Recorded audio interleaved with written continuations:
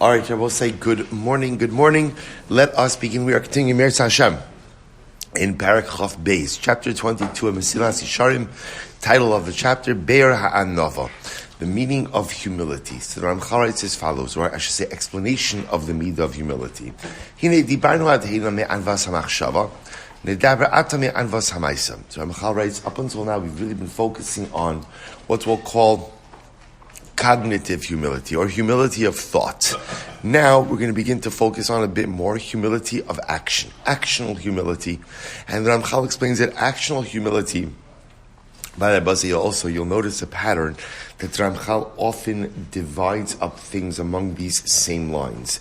Cognition versus action. How we think versus ultimately how we act. So here again, we've been focusing on humility as a function of thought, thinking, humble, right? Humility and thought. Now we're going to focus a little bit more on humility and action. And then Ramchal explains that this could be really divided up into four categories. What are the four categories? So he goes in, literally conducting oneself with a sense of humility. Bisval ha'albonos. Now both says, interesting, being willing to suffer indignities, or being willing to go ahead and literally suffer indignities. To be the kind of person who despises honor and glory. And the kind of person who goes out and gives kavod to everyone else. So we'll say these are the four parts. These are the four parts, ultimately, again, of actional anava, actional humility. And again, now we're going to break out each of these individual parts. Ha'echad. Number one, beisnai b'shivlos, means to literally conduct myself, behave in a humble way. What does it mean to behave in a humble way? So now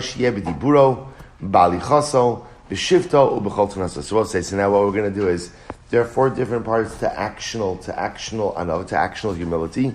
Now we're going to take the first part and subdivide that into a number of parts as well. So part one is to conduct oneself with a sense of humility.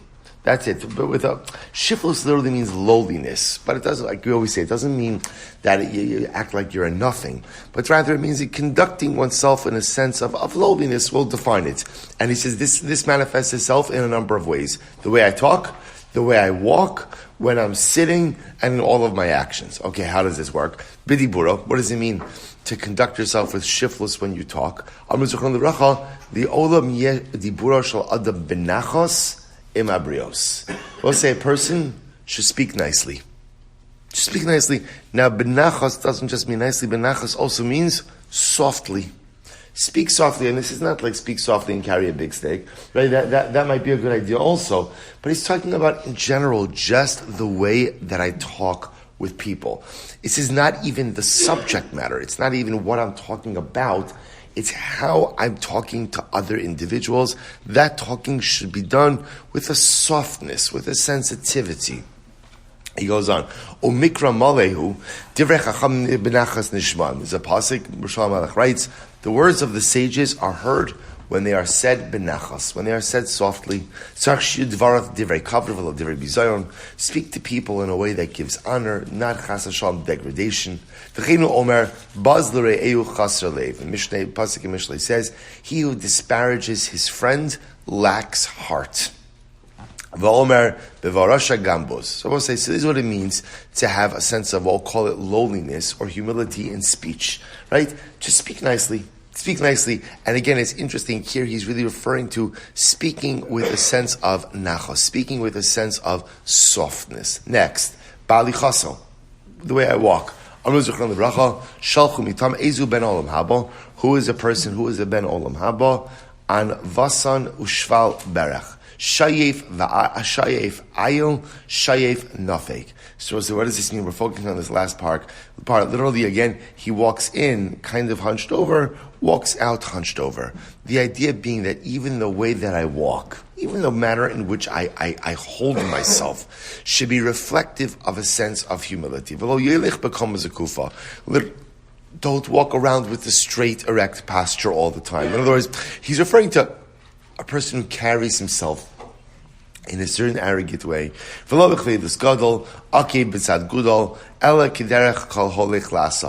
He says, don't walk exceptionally slow. Also, walking very slowly. We saw this right in the beginning of the Sefer. Literally, again, your big toe by your heel, your very small steps is also a sign of gaiva.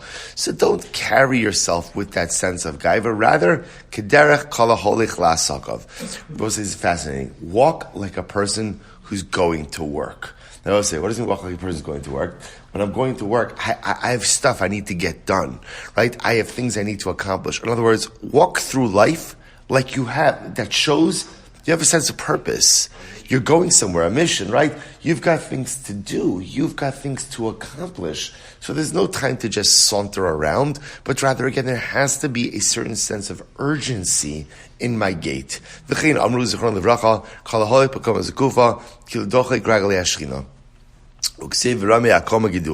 Person who goes ahead and literally, I will say, essentially means like a person who walks with his nose in the air.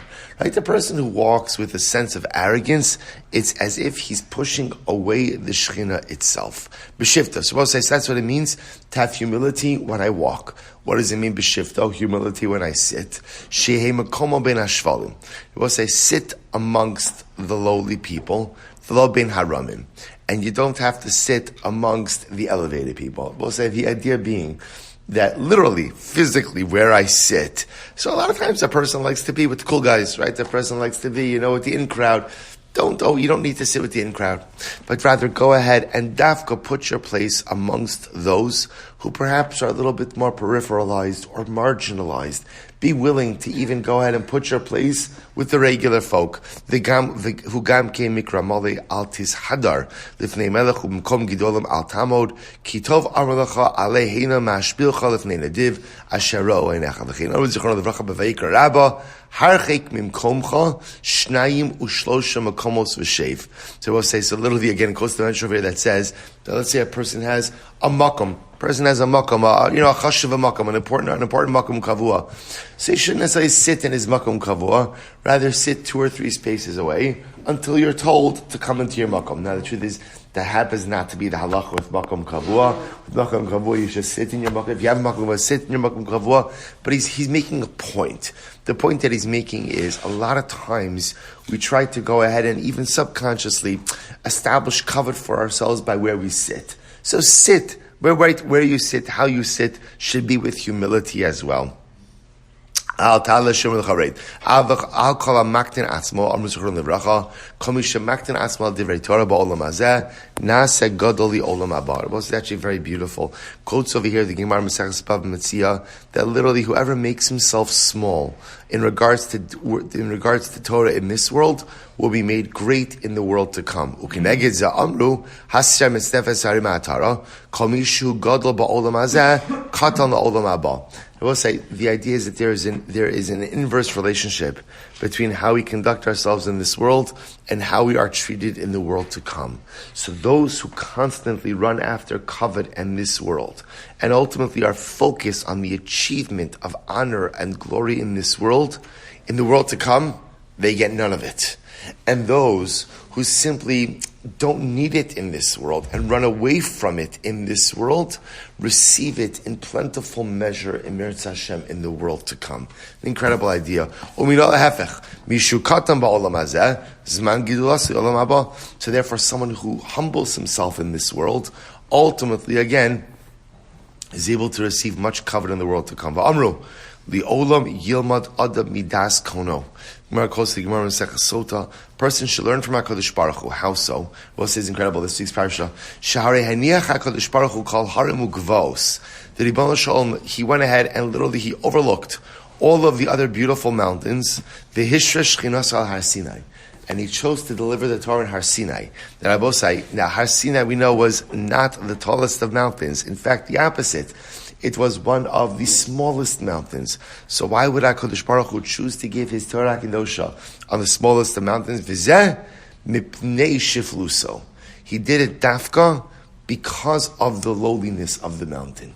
Torah itself, I will say, and by the way, it's not just the mountain, right? Chakadosh Baruch Hu gives the Torah in the middle of the desert, right? A barren landscape on a location that is absolutely unknown, was unknown beforehand, is unknown now, and was the lowest of the mountains to show us what? To show us that Torah exists when it is rooted and received in humility. Humility ultimately, again, is the midah, which I will say, and it makes so much sense. Because think about it, without humility, right? If a person is arrogant, they think they know everything. Well, if you think you know everything, Torah is not going to do anything for you.